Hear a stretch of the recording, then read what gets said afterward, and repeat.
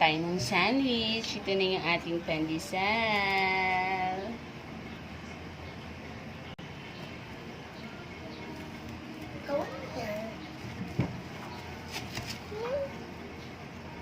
Oh, it's perfect.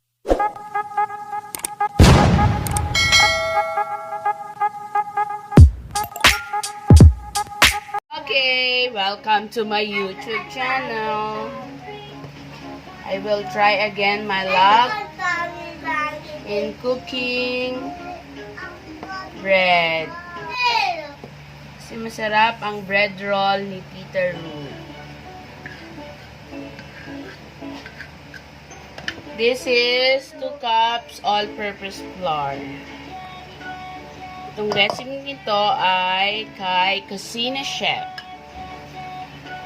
White sugar. Tapos, 1/4 white sugar and milk, powdered milk. 1 teaspoon instant yeast. 1/4 salt.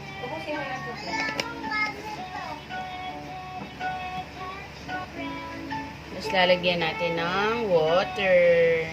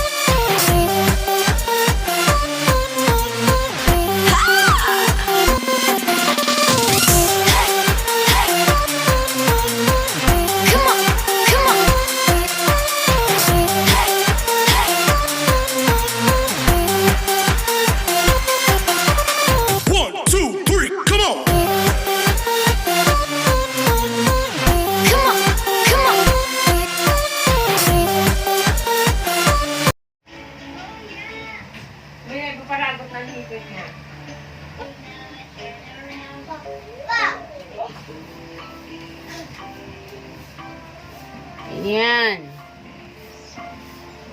Then, we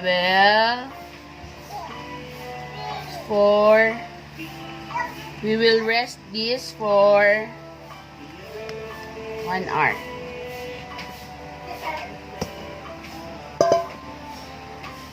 Yeah.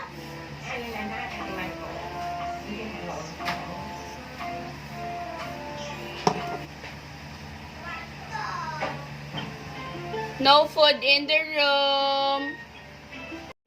Dun, dun, dun, dun. Dun, dun, dun, dun. Okay, nag-double ang size na.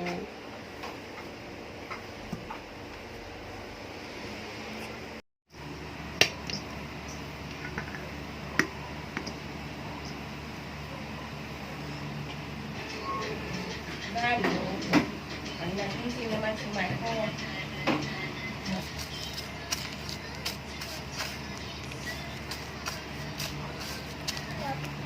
Bakit nahulog ako?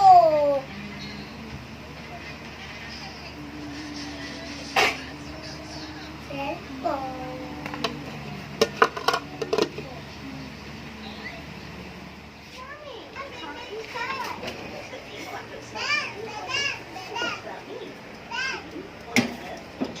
Pandesal.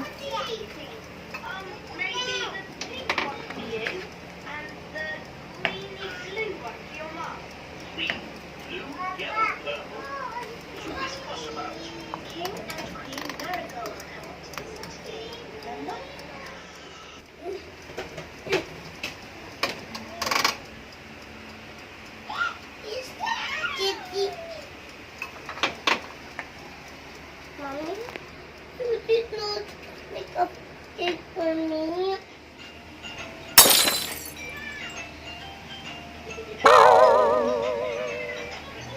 Pandesal for the morning. Don't forget to like and subscribe.